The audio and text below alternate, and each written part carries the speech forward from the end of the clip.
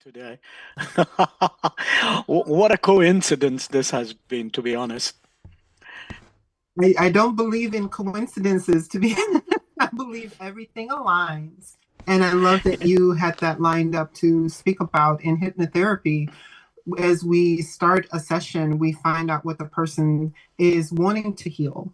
And then we get to the root of the matter at the end of their session while they're in a state of hypnosis, especially with a regression session, we move them into a state of forgiveness. Because in order for the healing to be whole, there has to come an understanding that everybody is having their human experience and they're doing the best they can with what they know. And then moving into that forgiveness invites love in. Absolutely. You know, uh, with humans, especially with the species that we are, uh, forgiveness is something it's a very important aspect of spirituality from where I come.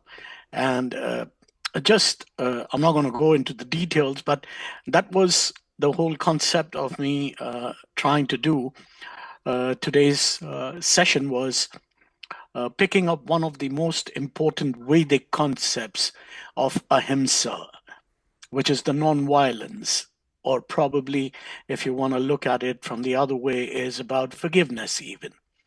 This is one of the concepts which we all talk about, ahimsa, not to hurt others or to ourselves.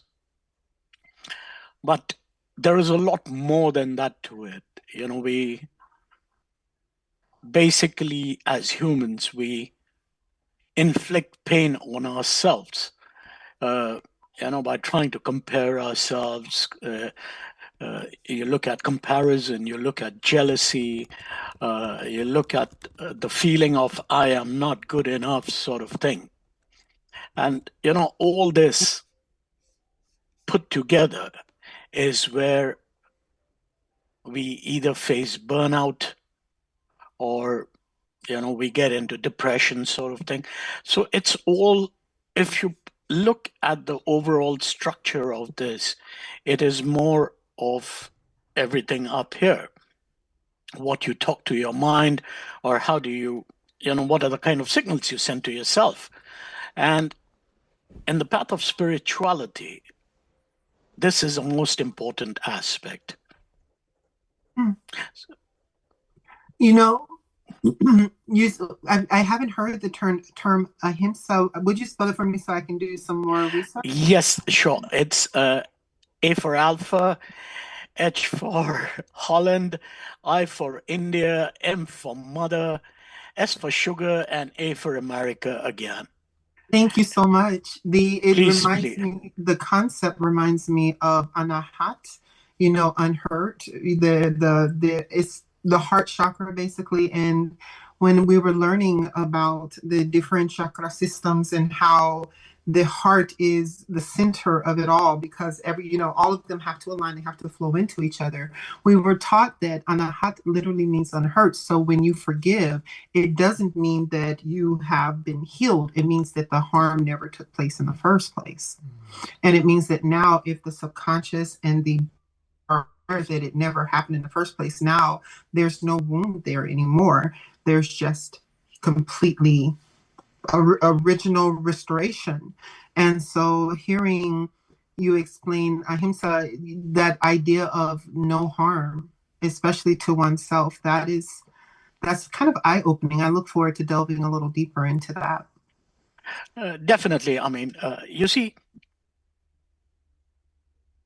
given from my experience, or being on the spiritual path, or given my professional career as being in the corporate world for almost close to 30-35 years, um, I have always tried to be on the path of spirituality when it comes, uh, even with your business dealings, your dealing with humans. Because I remember back in the 90s in the corporate world, they used to have, when I joined the corporate world, there used to be a term used: you scratch my back, I scratch your back. And somehow I could never adapt myself to it. And because coming from the spiritual background that I had, I always wanted to not lead, probably, as I always say, I am just a medium. We humans are just a medium of what the supreme being wants us to do, guides us the way, sort of thing. But coming to the aspect that I was discussing, you know, scratching your back and I scratch yours, sort of thing, never aligned with my principles, and I always uh, probably not. It was more in my actions that I went out and I bluntly said to everybody, rather than scratching the backs, why don't we join hands and move Mm. forward? Rather than because I remember back in the 90s, I read a very good article somewhere when I was back in Singapore. Uh, if you want to build a big ship, you need to put all the small boats together.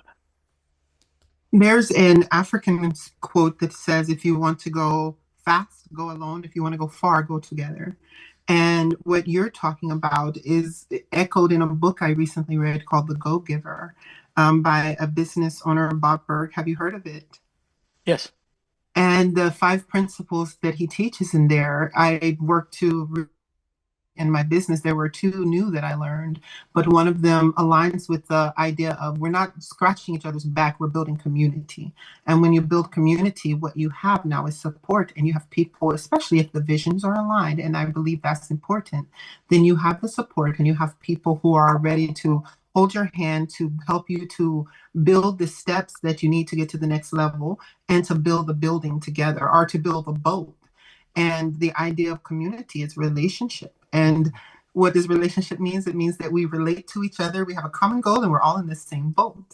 And so what you were working to build, what really was community and finding people who are in alignment with it. In the 90s might have been a little more difficult because the yuppie mindset, the gotta race to the finish line and get there before you was very strong, a carryover from the 80s. And now we're coming into more of a collaborative mindset. And that even ties back into forgiveness because now you have to be in the mindset of this person is my brother or my sister. This person is an extension of God, just like me, an extension of source like me. So I don't want to do harm. I won't harm them. I want to see them do well. And that concept ties into being able to really see yourself so that you can see other people, being able to say, I seek to give the advantage, not take advantage of. And that requires a level of growth that can be daunting to work to achieve if you haven't been raised in it, but it's so worth it because now you've got your support, you've got community outside of work as well as within, that can become interpersonal. And then you learn from each other, and that collaboration can help you to heal, help you to enter into a different level of vitality, especially absolutely. within business. Absolutely. I mean, coming like what you said, rightly, building a community, and given what I am trying to do at this point in time, which Sam also mentioned, is more of uh, doing a lot for the animals in India. I do run a podcast as well. I'm trying to build a community of not build, but already there is a community of people who, care for the animals, the strays, whether it's dog, cats, or any species. Uh, that is what it is all about, giving back to the community. And it's like, I'm not trying to compete with anybody. It's like, first of all, you have to understand you're not competing, you're running your own race.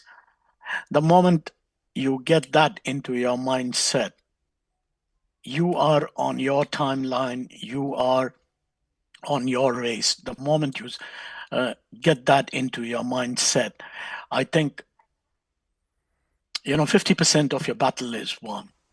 You're not going to inflict pain or hurt, or you're not going to get wounded, to be honest, because most of our wounds, as I always say, are self-inflicted rather than anybody else inflicting on us. Yes, it's a product of our perception.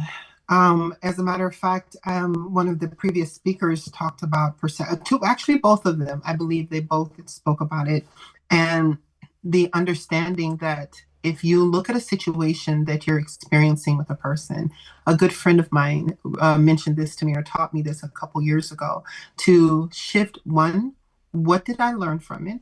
And two, what is it trying to teach me that I have neglected to learn?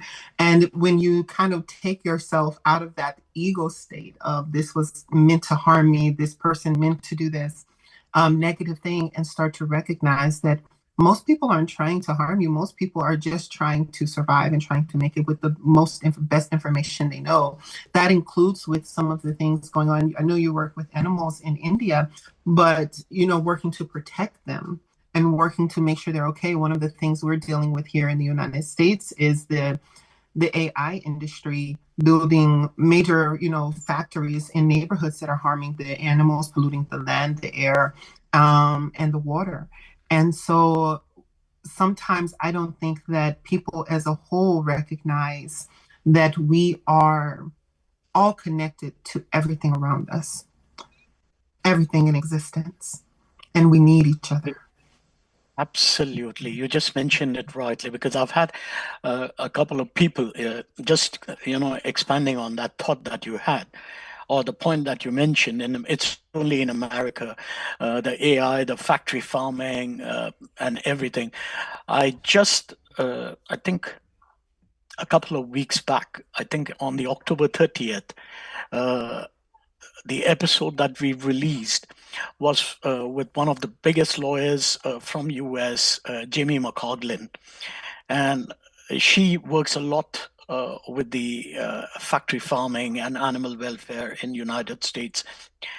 And we had almost, if you look at that, 90 minutes conversation on the podcast, you will understand how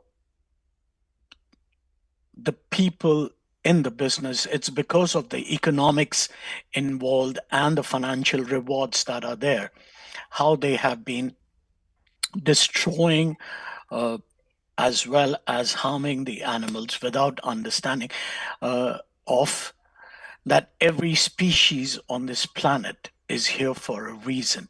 Let's be very honest. If we believe or if we talk about God, the creator can never be wrong. He created, even if you look at a smallest ant, it is there in the ecosystem for a purpose, for a reason, like we human beings. So it's only, I think I was just reading it somewhere recently, of uh, all the life on earth, the human life came much, much long after. And it is we humans think that everything is meant for us. Mhm. It's like we just want, it has to be as to our whims and fancies, and when we don't get our way through it, we just start destroying everything.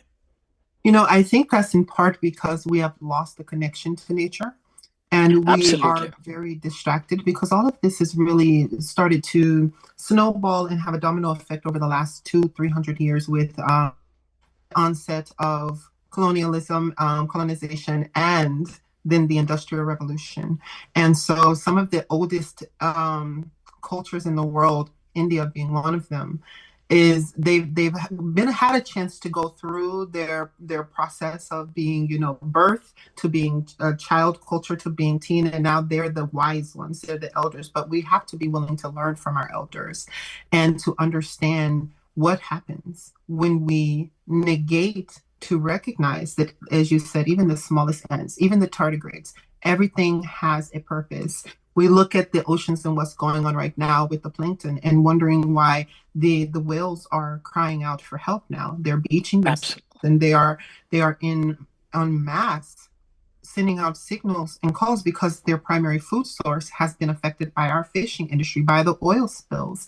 And when something so tiny as a plankton that is barely visible with the naked eye, when it's by itself, can impact something so great and grand as a whale, then that should wake us up.